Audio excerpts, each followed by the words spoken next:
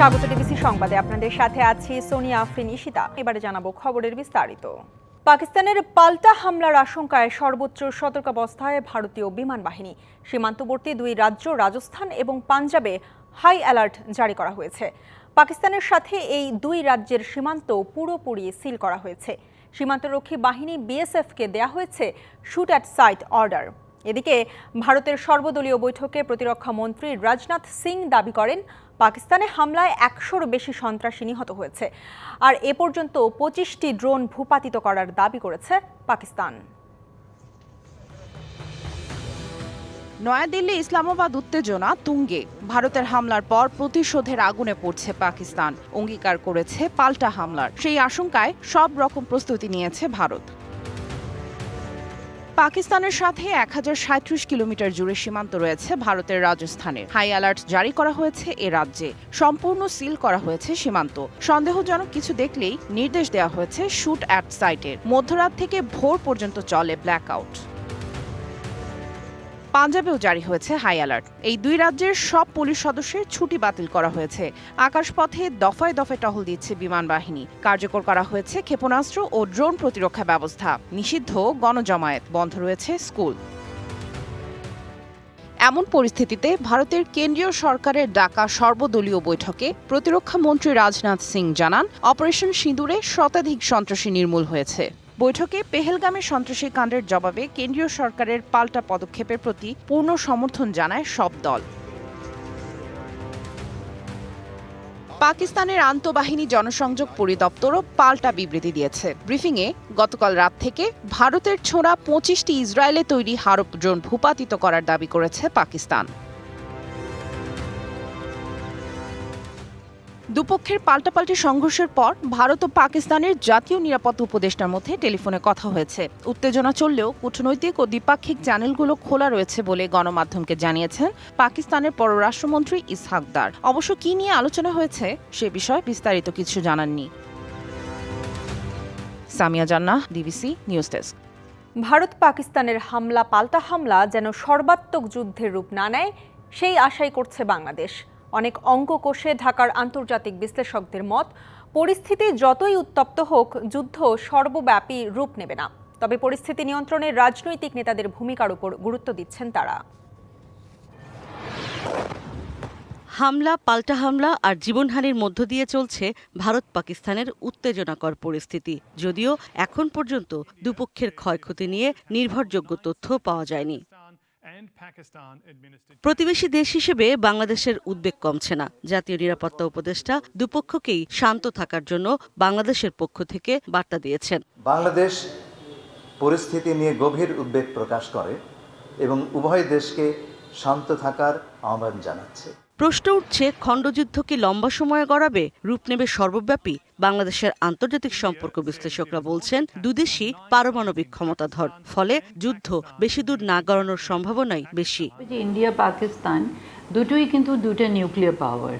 So এইরকম ধরনের এটা যদি খুব সর্বব্যাপী বলতে যদি আপনি বুঝান যে এটা একেবারেই নিউক্লিয়ারের দিকে রূপ নেবে, সেটাকে তো আমি মনে করি না। কারণ তার আগেই এটাকে বিশ্ব নেতারা এটাকে ডিএসকেলেট করে দেওয়ার চেষ্টা করবে। এবং অলরেডি আমরা দেখছি যে দু দেশেরই নাগরিক সমাজ থেকে এ ধরনের কথাবার্তা উঠছে। যুদ্ধটা যেভাবে এটাকে অ্যাভয়েড করা উচিত এবং শান্তিপূর্ণভাবে কথাবার্তা বলে, নেগোসিয়েশনের মাধ্যমে, ডায়ালগের মাধ্যমে। ডায়ালগ আর নেগোসিয়েশনের কোনো অল্টারনেটিভ নাই। উপমহাদেশের হাওয়া যেহেতু গরম, তাই বাংলাদেশকে সতর্ক থাকার কথা বারবারই বলছেন তারা।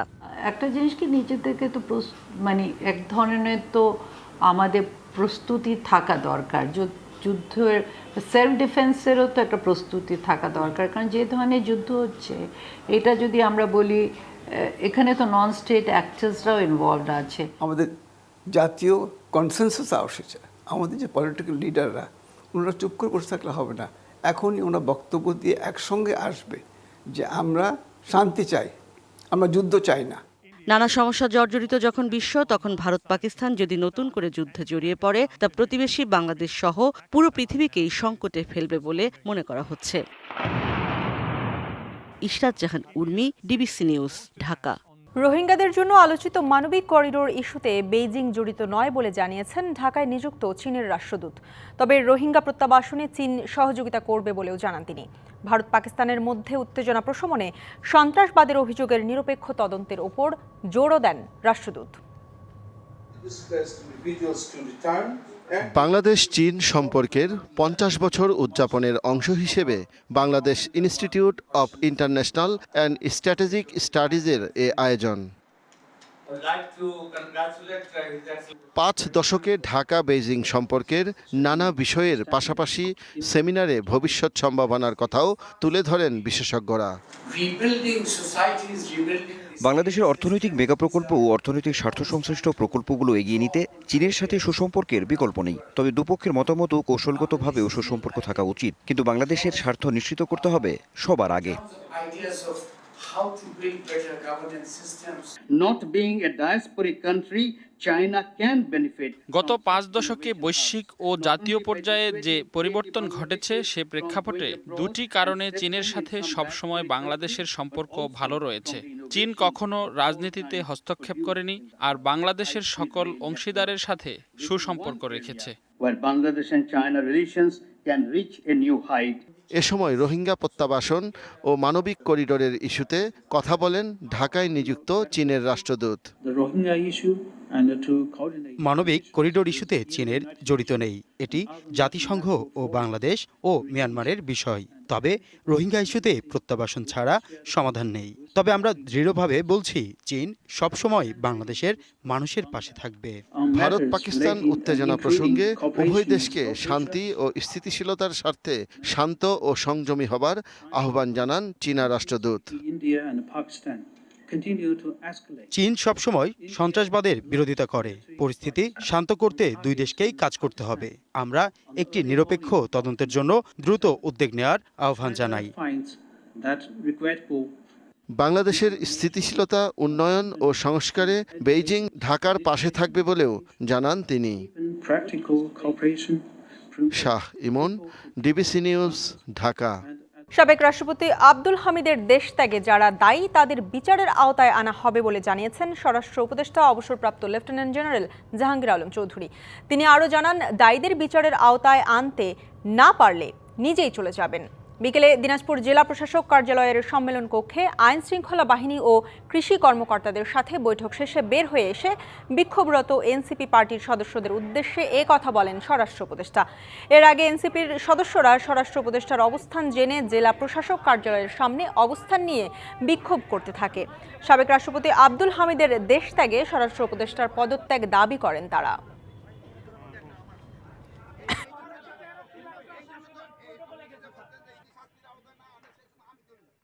তো এই ঘটনাটা ঘটছে, এটা যারা জড়িত তাদের অবশ্যই শাস্তির আওতায়, আর যদি না হয় স্যার এটার বিপক্ষে তারা যদি শাস্তির আওতায় না আনে সেই সময় আমি চলি।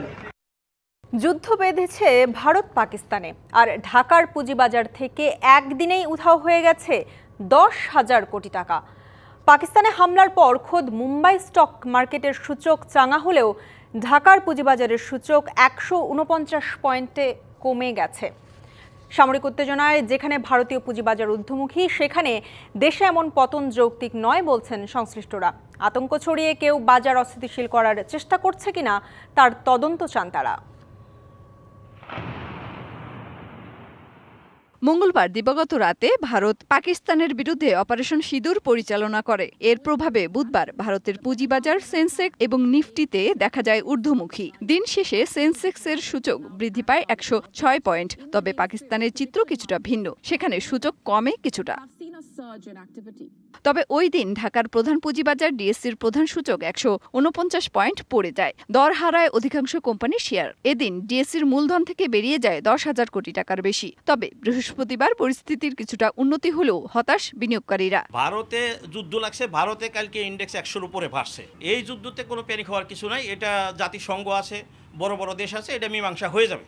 এটার জন্য কোনো সমস্যা না। সমস্যা হলো আমাদের মাকসুদ কমিশন। গতকাল বাজার ভারত পাকিস্তানের যুদ্ধ লাগছে, আমাদের দেশে আইসা এটা পুঁজিবাজারে এফেক্ট হয়েছে।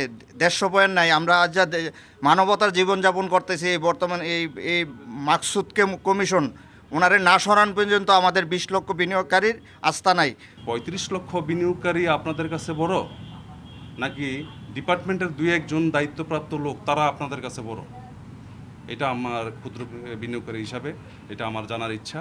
প্রতিবেশী দুই দেশের সামরিক উত্তেজনার প্রভাবে দেশের পুঁজিবাজারে এমন অবস্থা অযৌক্তিক এমন উল্লেখ করে আতঙ্ক ছড়িয়ে কেউ সুযোগ নিচ্ছে কিনা তা খতিয়ে দেখার পরামর্শ নিয়ন্ত্রক সংস্থা বিএসইসির সাবেক এই চেয়ারম্যানের। ভারতের পুঁজিবাজারে তেমন কোনো প্রভাবই পড়ে নাই। পাকিস্তান বাজারে হয়তো 1.6% কমেছে, আর বাংলাদেশের বাজারে 3% কমলো। এটা তো কোনো যুক্তি নেই, বাংলাদেশ তো ইনভলভই নাই এই যুদ্ধের সঙ্গে। তো সুতরাং এটা কী কারণে পড়লো, কেউ একটা হুজুগ তুলে ফেলালো কিনা ইচ্ছা করে, এবং এই কম দামের সুযোগ নিয়ে শেয়ার কিনলো কিনা, এই ব্যাপারে একটা আমার মনে হয় ইনভেস্টিগেশন হওয়া উচিত। বাজারের এমন টালমাটাল পরিস্থিতিতে বৃহস্পতিবার লেনদেন শেষে মতিঝিলে বাংলাদেশ ক্যাপিটাল মার্কেট ইনভেস্টর্স অ্যাসোসিয়েশনের ব্যানারে একদল ক্ষুদ্র বিনিয়োগকারী বিএসইসির চেয়ারম্যানের পদত্যাগের দাবিতে বিক্ষোভ করে। মেহের মনি, ডিবিসি নিউজ, ঢাকা। ছাত্রদের বাদ দিয়ে দ্বিদলীয় বন্দোবস্তে ফেরার জন্য এস্টাবলিশমেন্ট অপেক্ষমান, এমন মন্তব্য করেছেন অন্তর্বর্তী সরকারের তথ্য ও সম্প্রচার মন্ত্রণালয়ের উপদেষ্টা মাহফুজ আলম। তিনি আরও বলেন, এস্টাবলিশমেন্ট দ্বিদলীয় বৃত্তে ফিরতে এবং ছাত্রদের মাইনাস করতে প্রতিজ্ঞাবদ্ধ। ছাত্রদের এরই মধ্যে পরিপূর্ণ অসহযোগিতার মুখে ফেলে দেয়া হয়েছে। বৃহস্পতিবার দুপুরে ফেসবুক পোস্টে কৈফিয়ত কিংবা বাস্তবতা শিরোনামে দেয়া পোস্টে উপদেষ্টা লেখেন, সমাধান হলো রাষ্ট্র ও এস্টাবলিশমেন্টে ছাত্রদের ন্যায্য হিস্সা নিশ্চিত করা এবং ফ্যাসিবাদী শক্তি ও তার দালালদের বিরুদ্ধে ঐক্যবদ্ধ হয়ে আঘাত করা। স্ট্যাটাসে মাহফুজ আলম আরও লেখেন, ক্ষমতার ভর কেন্দ্র অনেকগুলো, ফলে কাজের দায় সরকারের, কিন্তু কাজ করে ক্ষমতার অন্যান্য ভরকেন্দ্র। জোড়াতালি দিয়ে গণতান্ত্রিক রূপান্তর সম্ভব নয় নতুন রাজনৈতিক বন্দোবস্ত, এমন উল্লেখ করে উপদেষ্টার অভিযোগ, রাজনৈতিক দলগুলো ডিসেম্বরের পর সহযোগী ভূমিকায় নেই। সমৃদ্ধ বাংলাদেশ বিনির্মাণে কৌশলগত নেতৃত্বের প্রয়োজনীয়তা ও সমসাময়িক চ্যালেঞ্জ দক্ষতার সঙ্গে মোকাবেলা করতে হবে বলে জানিয়েছেন সেনাপ্রধান জেনারেল ওয়াকারুজ্জামান। সকালে রাজধানীর মিরপুর ন্যাশনাল ডিফেন্স কলেজে ক্যাপস্টোন কোর্স 2025-এর সমাপনী অনুষ্ঠানে তিনি এই কথা বলেন। দ্রুত পরিবর্তিত বৈশ্বিক প্রেক্ষাপটে ভবিষ্যতের জন্য একটি স্বনির্ভর ও দক্ষ জাতি গঠনে এবং সুসংহত নেতৃত্বের বিকাশে এই কোর্স উল্লেখযোগ্য ভূমিকা রাখবে বলে আশা প্রকাশ করেন সেনাপ্রধান। কোর্সটি সফলভাবে সমাপ্ত করায় সকল ফেলোদের অভিনন্দন জানান তিনি।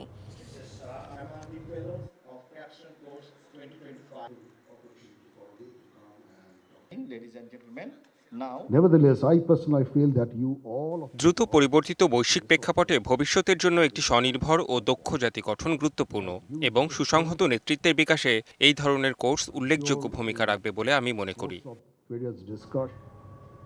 গুলশানে অবৈধভাবে ফ্ল্যাট নেয়ার অভিযোগে শেখ হাসিনার ভাগ্নি সাবেক ব্রিটিশ এমপি টিউলিপ সিদ্দিককে 14 মে দুদকে তলব করা হয়েছে। বিকেলে রাজধানীর সেগুন বাগিচায় দুদক কার্যালয়ে সংস্থাটির উপপরিচালক আক্তারুল ইসলাম এই তথ্য জানান। এছাড়া এদিন সাবেক প্রধানমন্ত্রী শেখ হাসিনার তলবের দিন ধার্য থাকলেও অনুপস্থিত থাকায় নিয়ম অনুযায়ী দুদক পরবর্তী ব্যবস্থা নেবেন বলেও জানান তিনি। বলেন, প্রায় 51 কোটি টাকার অবৈধ সম্পদ অর্জন ও 22টি ব্যাংক হিসেবে 211 কোটি টাকার বেশি অস্বাভাবিক লেনদেনের অভিযোগে নোয়াখালী 3 আসনের সাবেক এমপি মামুনুর রশিদ কিরণ ও তার স্ত্রীর বিরুদ্ধে মামলা করেছে দুদক।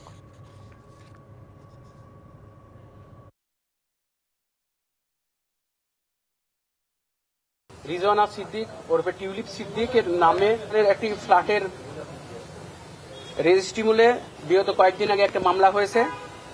মামলার তদন্তের স্বার্থে মামলার বাদী আগামী 14 মে তাকে ব্যক্তিগত শুনানির জন্য দুদকে ডেকেছেন।